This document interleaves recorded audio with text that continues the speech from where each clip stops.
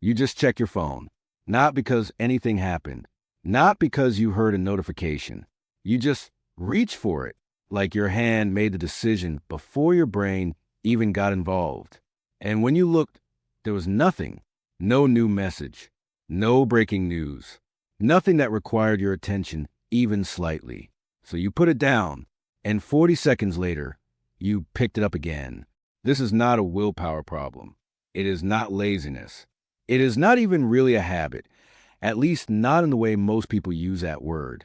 What's actually happening in your brain when you do this is far more interesting and, honestly, far more unsettling than anyone has bothered to tell you.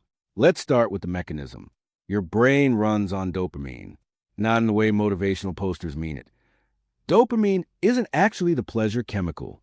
Neuroscientist Kent Berridge made this distinction decades ago. Dopamine is the wanting chemical. It doesn't make you feel good. It makes you need to find out. It fires hardest not when you get a reward, but right before, in the anticipation, in the gap between reaching for your phone and seeing what's on it. That gap, that tiny half-second gap, that's the whole thing. Every time you pick up your phone, your brain floods with dopamine in anticipation. Maybe there's a like. Maybe someone replied. Maybe something happened. And here's the part that makes this so difficult to resist. Sometimes there is something, not always, not even usually, but sometimes. And that unpredictability is not a bug. It's the entire engine. Psychologists call it intermittent reinforcement, a reward that comes sometimes, randomly, unpredictably. It is the most powerful reward schedule ever identified in behavioral science. More compelling than guaranteed rewards. More compelling than no rewards. The uncertainty itself becomes the hook. It's why slot machines are designed exactly the way they are. It's why certain relationships feel impossible to leave even when they're making you miserable. And it is precisely why your phone has become the most attention-consuming object most humans have ever interacted with. The people who designed your apps understood this before you ever downloaded them. The pull to refresh gesture, the one where you drag down and wait for new content to load, was deliberately modeled on the arm motion of pulling a slot machine lever. That is not a coincidence. That is engineering.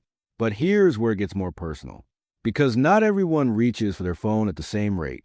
And the difference isn't really about willpower or self-discipline. It's about what your brain is trying to escape. Research on compulsive phone checking consistently shows a connection to something called intolerance of uncertainty. People whose brains are wired to find ambiguity deeply uncomfortable, who feel a low-grade anxiety when things are unresolved, unknown, or uncontrolled, reach for their phones more frequently, not to find something specific, to resolve the not knowing. The phone is a tool for temporarily silencing the background hum of unease that their nervous system generates almost constantly. And here's the uncomfortable part. If you are someone who checks their phone compulsively, you probably already knew something felt off about it. You've noticed yourself doing it in conversations, reaching for it when a moment of silence arrives, pulling it out before you've even consciously registered feeling bored. Your body is treating uncertainty, the quiet, the gap, the pause, like a mild threat, and it's sending you somewhere familiar, somewhere stimulating, somewhere that creates the brief illusion of being caught up, informed, connected. The problem is that it never actually resolves anything. Every check resets the loop. The dopamine fires again. The anticipation spikes. You look, usually nothing, occasionally something. You put it down. The baseline anxiety returns within seconds, and the hand moves again. This is not a character flaw. It is a nervous system that has been trained very effectively by some of the most sophisticated behavioral engineering in human history. You are not weak. You are playing against a system that was specifically designed to win. So, what do you actually do with this?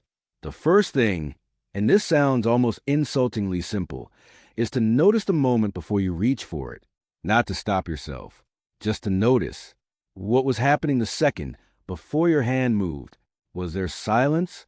A dull moment? The beginning of an uncomfortable thought? That moment is the data. That moment tells you what your brain is trying to avoid. And when you know what you're avoiding, you have something to work with. The second thing is to understand that boredom is not actually the enemy.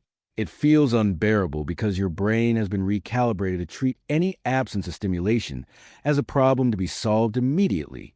But boredom, real unstructured boredom, is where your brain actually processes things. It's where insight happens. It's where you remember who you are outside of the feed. You are not addicted to your phone. Not exactly.